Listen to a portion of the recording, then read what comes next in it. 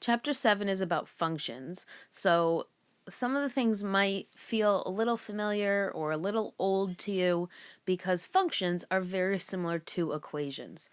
And something very basic to know about functions is that you use ordered pairs to represent inputs and outputs. And you probably already know that. The x value is the input and the y value is the output. Now, there's a new vocabulary word that you haven't heard before, and it's called a relation. And a relation is a set of ordered pairs that relates the input to the output. So, when you identify which input partners with which output, then you have something called a relation. This picture down here in example 1 is what we call a mapping diagram, where it visually shows you which input matches which output. Up here, we've got coordinate pairs, which is another way that you can show how inputs and outputs are partnered, but the mapping diagram is something new.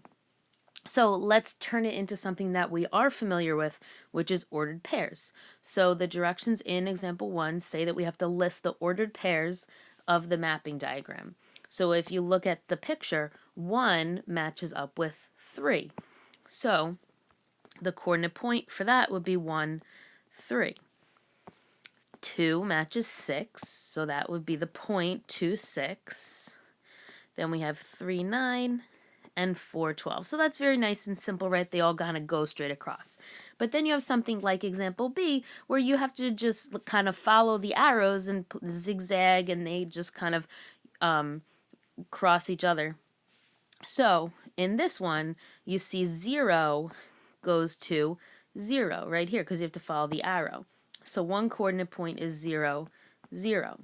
Another coordinate point is 2, 1.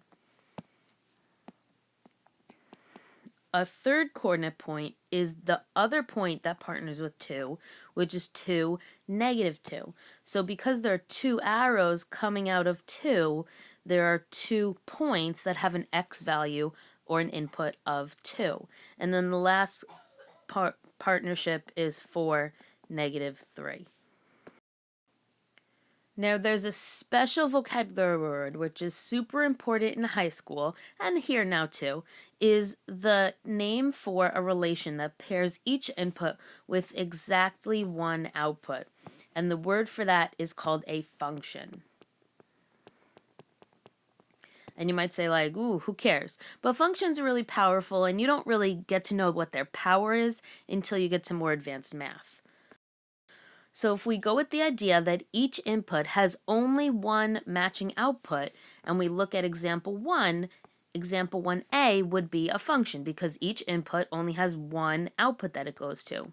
Example B would not because of the number 2. 2 has 2 matching outputs, and so because the input has 2 outputs, it violates the rule and the whole entire question cannot be considered a function.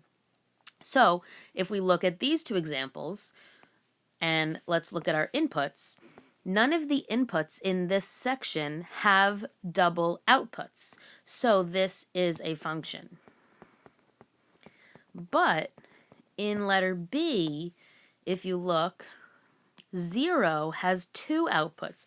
And so because of this section right here, 0, it violates the function rule, and so therefore this whole entire question is not a function, because a function says each input is only allowed to have one matching output, and right here 0 violates the rule. Now we've got one final question, and this is asking us to look and determine if it's a function, and then we have a follow-up question.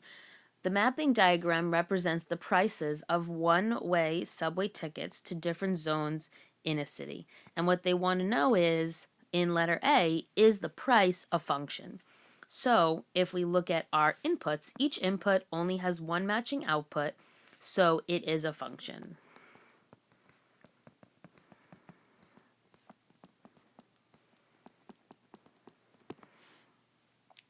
Then we go down to letter B, and if you remember, we were always looking across to see if each input matched and how many different matches it had. But in letter B, it wants us to describe the relationship between the price and the zone number. So if you look at the mapping diagram, we're actually going to be looking down. So we want to look at what's happening. As the zone number goes up one, what is happening with the prices? What is the pattern is really what they're asking.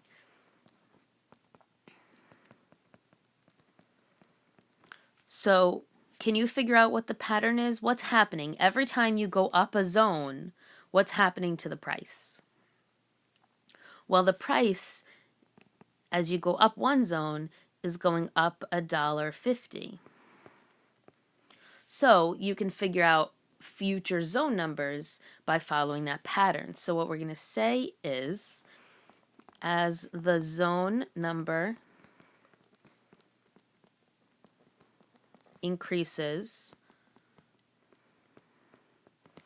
by 1, right? Because that's what's happening in the zone column.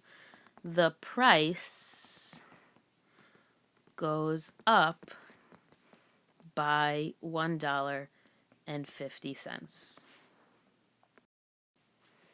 All right, that's relations and functions, and we're going to do more of this in class. If you have any questions, ask me when you see me then.